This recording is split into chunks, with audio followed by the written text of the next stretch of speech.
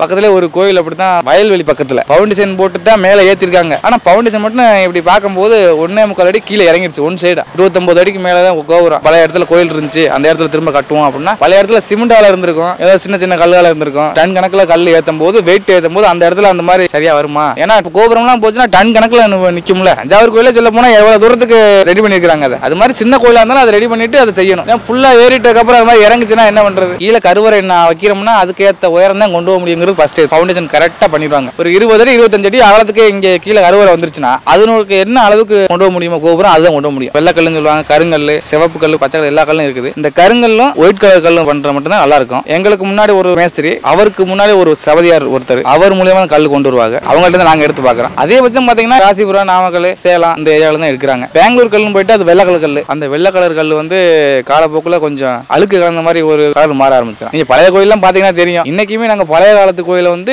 இந்த மிஷினால வச்சு தேய்ச்சி சைனிங் பண்ணி கொடுத்தோம்னா அந்த கல்லோட என்ன நிறமோ வெள்ளை கலர் அந்த கலர் வந்துடும். பெரிய கோயிலா இருந்தா ஒரு 150 பேர் ஒட்டுக்கா இருந்து கூட வேலை செஞ்சிருக்கோம். அந்த வேலை அளவுகள் சொல்லிடுவாங்க, ஆகம விதிப்படி உள்ள அளவுகள் சொல்லிடுவாங்க. அந்த அளவுகளை வச்சு நம்ம வேலை போட்டு பண்ணி கொடுத்துருவோம். வேற ஏதாவது வேலைக்கு போயிருக்கலாமோ, கல் வேலை விட வேலை இல்ல, ஆள் நிறைய இருக்கிறோம், ஆனா கல் வேலை இல்லை அப்படின்னு நினைச்சு ஃபீல் பண்ண காலம்லாம் இருக்கு. பெங்களூர், கர்நாடகா, ஆந்திரா அங்கிட்டு கொஞ்சம் அதிகமாக வேலை இருந்துச்சு. தமிழ்நாட்டுக்கு அளவுல கொஞ்சம் ரொம்ப இல்லை இருந்துச்சு, ஆனா ரொம்ப இல்லை, ரீச் ஆகல. இப்போ பாத்தீங்கன்னா அங்கேயோட இங்கே தான் அதிகமா இருக்கு. இப்போ எல்லா மாவட்டத்துலயும் வேலை இருக்கு. அதே பார்த்தோம்னா ஈரோடு, திண்டுக்கல், கோயம்புத்தூர், மதுரை, இங்கிட்டு பார்த்தா தஞ்சாவூர், இந்த ஏரியாக்குள்ள அதிக வேலை நடந்துட்டு இருக்கு. இந்த ஏதாவது ஒரு வேலைக்கு வெயிட் பண்ணிட்டு இதுல வந்து ஜாயின் பண்ணி பாத்துக்கிட்டு இருப்பாங்க. அப்புறம் இந்த வேலையை பிடிச்சி போய் அந்த வேலைக்கு போகாம இருக்கிறவங்க என்ன கேள்விப்பட்டிருக்கிறேன். ஆனா என்ன அனுபவம் தான், ஒரு அடுத்தவர்கிட்ட இருந்து என்ன கத்துக்கிட்ட அனுபவம் தான். அளவுகள் சொல்றதை வச்சு நம்ம புரிஞ்சுக்கிறது மைண்ட் இருக்குதான், அதை வச்சு தான் பாத்துக்கிட்டு இருக்கோம். அதனாலதான் பின்னாடி இந்த சபதியாரு, மேஸ்திரி எல்லாம் இருக்கிறது. ஏதாவது டவுட்னா அவட்ட கிளியர் பண்ணிட்டு தான் செய்வோம். நாங்க அந்த திண்டுக்கல்ல வந்து வேடந்தூர் போற வழி அரவக்குறிச்சி பக்கத்துல அங்க வந்து எங்க சொந்த ஊர்ல இருக்கிறத விட அங்க இருக்கலாமோ அப்படிங்கிற அளவுக்கு தோணிடுச்சு. அந்த அளவுக்கு அந்த மக்கள் எல்லாருமே எல்லா விஷயத்துக்குமே சரி, எங்களுக்கு என்னன்னா ஒரு கடையோ இல்ல ஏதாவது ஒரு பக்கத்துல இருக்காது, எல்லாத்துக்கும் உதவுறதா இருக்கட்டும், எல்லா விஷயம் பண்ணி கொடுக்கறது அவங்க பாத்துக்கிட்டாங்க. திரும்ப நாங்க ஊருக்கு போகும்போது அவங்க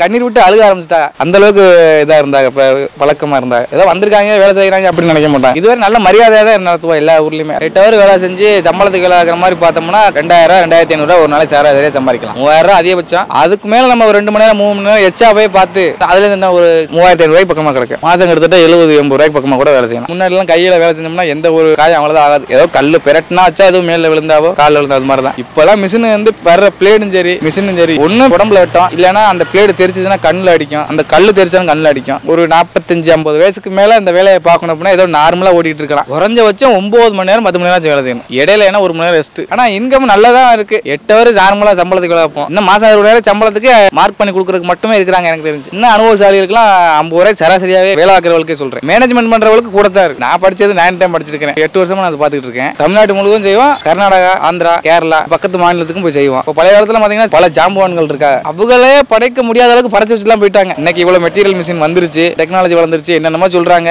ஆனா இன்னைக்கு அது மாதிரிலாம் பண்ண முடியாது. அந்த அளவுக்கு சித்திரத்தை படைச்சு வச்சுட்டு தான் இருக்கிறாங்க. பழைய காலத்து கோயில தான் இன்னமும் பிரமிக்க வைக்குது. அந்த கொட்டேஷன்லயே தஞ்சாவூர் கோபுரம் மாதிரியும் ஆடைகள் கொடுங்க மாதிரியும் இல்லாம மத்த எது வேணும் செய்வோம் அப்படின்னு சொல்லி தான் ஒரு டாக்குமெண்ட் கொடுப்பாங்க. அப்ப அதெல்லாம் தெரியாது சில பேருக்கு. இப்பெல்லாம் பண்ண கூலிக்காக மட்டும் தான் போறாங்க. நம்ம பாக்குற வேலைக்கு இன்னொரு வேலை ஒப்பிட்டு பார்க்கவும் நல்லா இருக்கு அப்படின்னா பெருமை நம்மளும் அது மாதிரி செய்யணும் அப்படிங்கிற ஒரு சிந்தனை வர நமக்கும். எங்க அப்பா அம்மா எல்லாம் விவசாயம் தான் பார்த்தாங்க. ஆனா எங்க ஊருக்குள்ள வந்து ஆரம்பத்துல பார்த்தோம்னா ஒரு எண்ணி பார்த்தா கூட ஒரு 20-25 பேர்கிட்ட தான் அந்த மாதிரி கோயில் வேலை செஞ்சுட்டு இருந்தாங்க. அதுவும் கையால செய்யற மாதிரி. இப்ப எங்க ஊருக்குள்ள நாங்க ஒரு 650-700 குடும்பம் இருக்கும். அதுல 75-80% பேர் கல்வி வேலை தான் பாக்குறோம். இது வந்து மொத்தமா பழக்க வழக்கத்திலே தான் அந்த வேலை போயிட்டே இருக்கும். நான் ஒரு ஊரு இன்னொருத்தர் ஒரு ஊர்னா அவரை வச்சு அப்படி மாறி மாறி எங்க வேலை இருக்கு, அவருக்கு வேலை தெரிஞ்ச இடம் எங்கேயாவது இருந்தா அவர் என்கிட்ட சொல்லுவாரு, எனக்கு இடம் எங்கேயாவது தெரிஞ்சா நான் அவர்கிட்ட சொல்லுவேன். அப்படி கான்டாக்ட்ல போய்க்கணும். அப்புறம் சவதியாருன்னு சொல்லிட்டு 3-4 பேர் நமக்கு நல்ல பழக்கமா நம்மகிட்டே கொடுப்பாங்க, நம்ம அவங்களுக்கு செஞ்சு கொடுப்போம்.